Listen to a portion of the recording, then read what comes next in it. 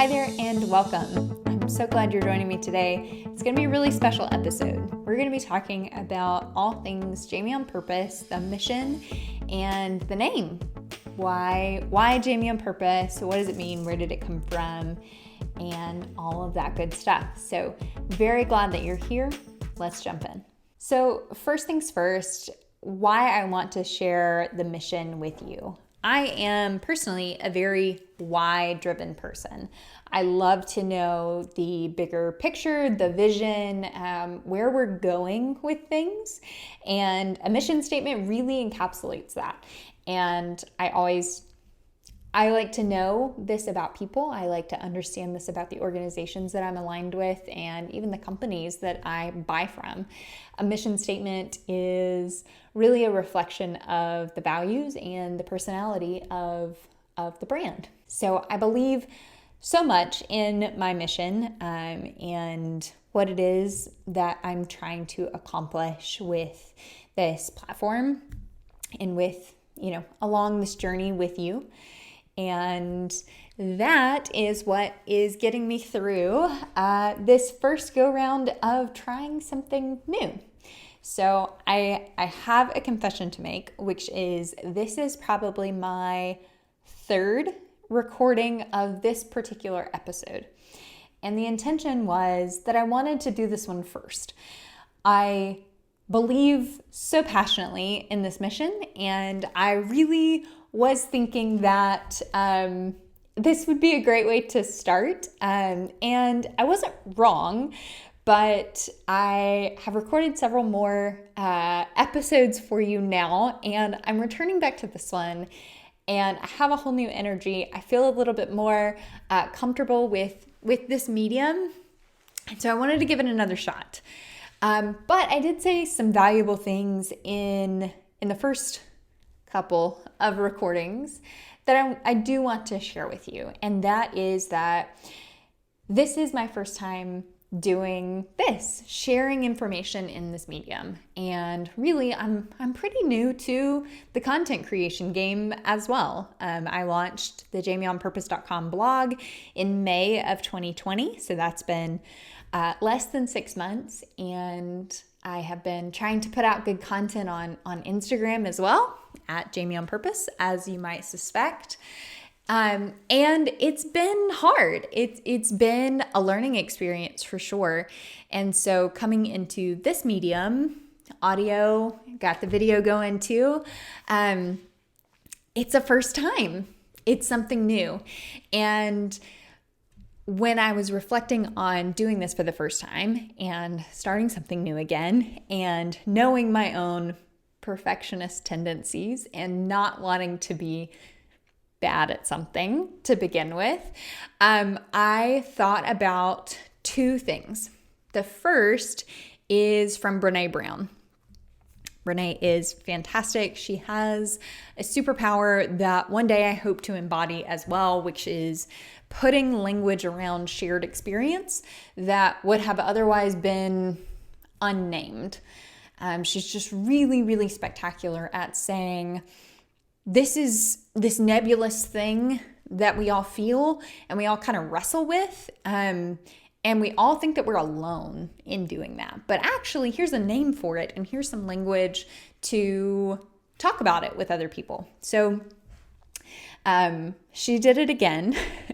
And I want to say it was actually her very first podcast episode talked about this concept, which is an FFT. Now, this is my podcast, and I have been known to drop an F-bomb every once in a while, but today we're still getting to know each other, so I'm going to keep it classy.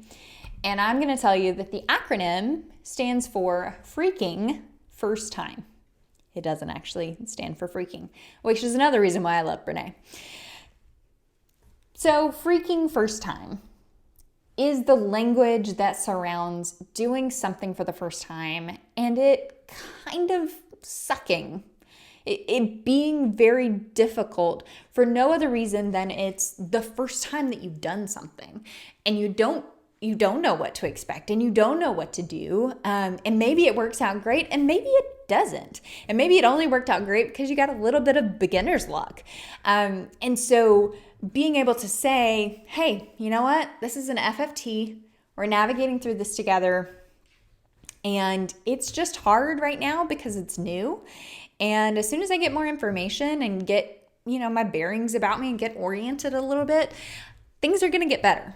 So friend, listener, watcher, this is an FFT and we are on this journey together, you and I. So this might be your FFT of listening to me, watching me share these words in this way.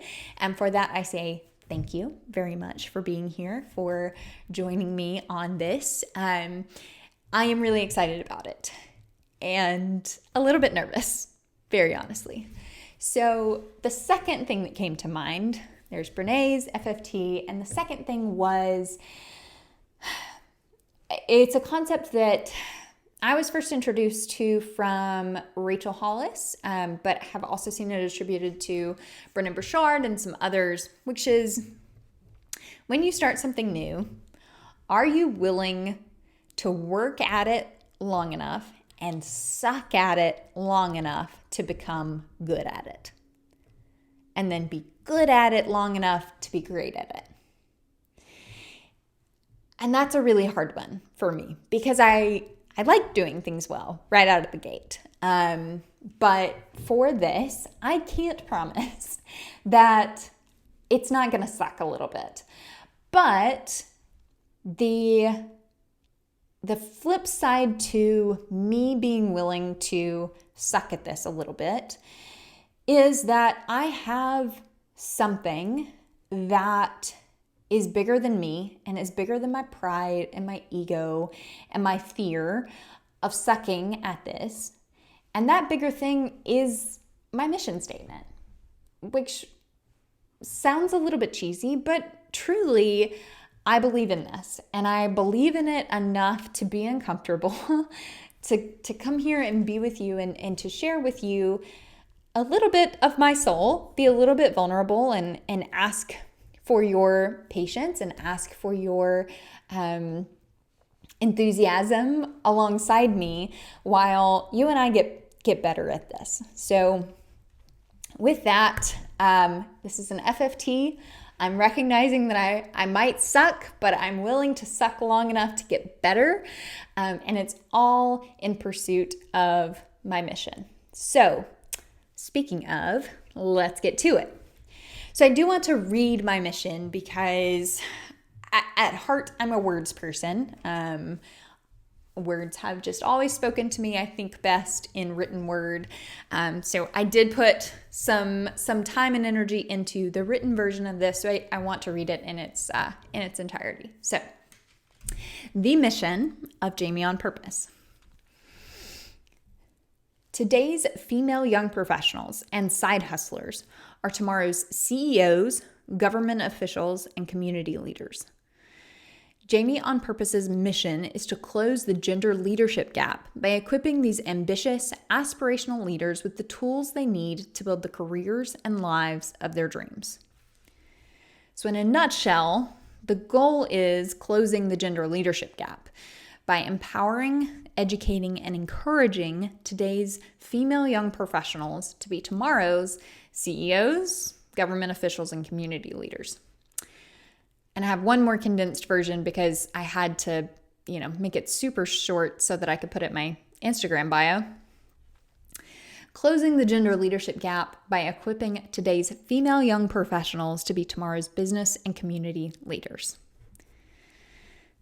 So there you go.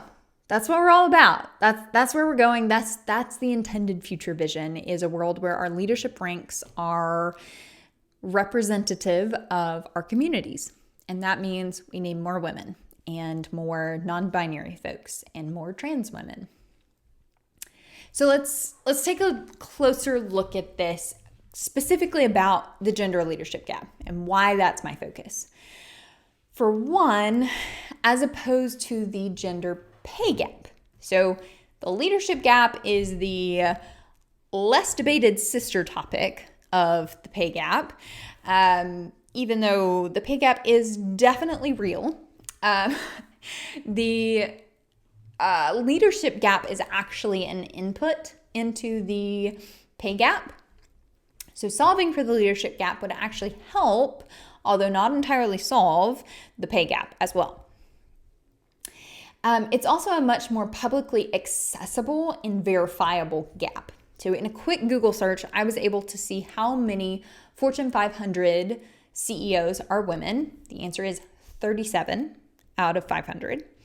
And how many members of Congress are women? The answer is 127 out of 535.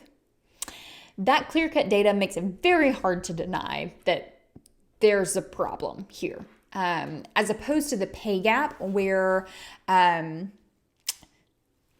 salaries and other forms of compensation have been shrouded in secrecy for so long, which is a whole other topic.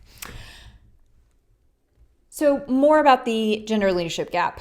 It's not a pipeline issue. We see this gap across all industries and all sectors, even in industries where the workforce is dominantly female, like K-12 education. The leaders, administrators, school board members, superintendents become increasingly male. So we know it's not a sourcing or a pipeline issue. It's also not an education issue. So, in years past, maybe we could say that, there's just more men who are college educated and therefore they are qualified for leadership when women may not be. But today we see the majority of college degrees being awarded to women. So those numbers are easily Googleable, and clearly not the case that women aren't qualified for leadership. So what is the gender leadership gap? This is something that we'll continue to talk about for the entire time that I have this platform and have people listening. It will be a key conversation that we have always. But wanted to call out, what are some of the biggest contributing factors to the gender leadership gap? So they are overt and covert sexism in the workplace, patriarchal society's view of a woman's place, limiting beliefs that women hold about themselves, unequal household responsibilities between male and female partners, and a lack of community of women to talk about these real challenges and to share solutions. For each of these, knowing that they exist and they hold women back is step one. Step two is to figure out how to fix them or navigate around them. And then step three is sharing with your friends. So that's how we're going to tackle this. So if you heard all of that, you might have a quick rebuttal. You might have some protests popping up, which is fair. And I get it. And if this is one of your rebuttals, then I wanted to address it while I have the chance. So potential rebuttal would be, what if women are voluntarily opting out of leadership roles? What if the gap exists because women don't want themselves, women, to be leaders, not that men don't want women to be leaders? So while I am confident that this is true for some women who would prefer not to have the responsibility of leadership, I'm not convinced that that is proportional to the rate that we see women not being leaders, and likely is proportionate to the number of men who aren't suited for leadership. I would be willing to bet that more women, when they're given the tools to excel and they're freed from their limiting beliefs and they're provided the red flags to watch out for, they'll be ready and willing to step up to leadership. So that's the bet I'm making. One quick note that I did want to call out here is a note on women. So while I am mostly focused on a broad definition of women, and I will use that term primarily, that is inclusive of cis and trans women. And I recognize as well that there is special attention needed for the struggles of trans women and non-binary folks. as well. And that's before we even look at the intersectionality of race and gender. And that those are all so important. And they will have a space on this conversation within the content that is being created. Specifically, when it comes to the gender leadership gap, this is kind of my point. Our leadership ranks are primarily filled with cisgendered men, mostly white. That's a problem. It's not a problem because there's anything wrong with white guys. There's not. There's not inherently anything wrong with them. But the problem is that we need our leadership to reflect our communities. And we are not primarily cisgendered white guys. It's just not true. That's not the way that we are in our communities. So when I talk about the leadership gap, it is really talking about that we need our leadership in business, government, and community to reflect the way that our world actually looks, which is made up of all kinds of races and genders. So my experience is in being a white, able-bodied, cisgendered woman. And I recognize that gives me some blinders of privilege. And I am working to educate myself more on the struggles of others and the unique hurdles that others face. I never intend to speak for the communities that I don't represent, but I will always do my best to be inclusive and thoughtful of those communities.